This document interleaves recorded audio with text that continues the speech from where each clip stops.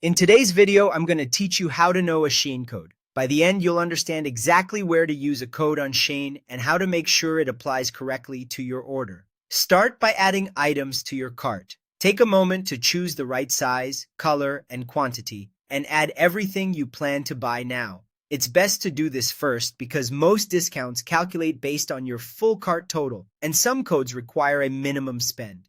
When you have everything you want, head to the cart and review your selections so there are no surprises later.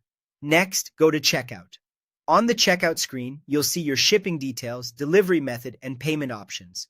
Scroll slowly so you don't miss the discount section. Shein often places the code field in the order summary area, usually near the price breakdown. Look for the space labeled coupon code, promo code, or referral code. Different regions or app versions might use slightly different wording, but they all serve the same purpose. This is where you enter your discount. On mobile, you might see a small text link that opens a field or a list of available coupons. On desktop, it's usually a box with a prompt to type your code.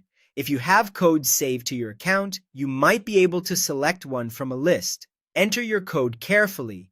Type it exactly as provided and watch out for extra spaces if you're pasting it. Some codes are single-use, some have expiration dates, and some only apply to certain categories or brands.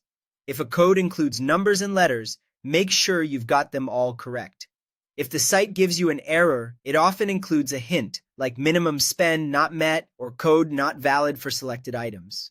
Finally, tap Apply. Give it a second to update, and look at the order total to confirm the discount has been deducted. You should see the coupon or promo line appear under your subtotal, and your new total will reflect the savings.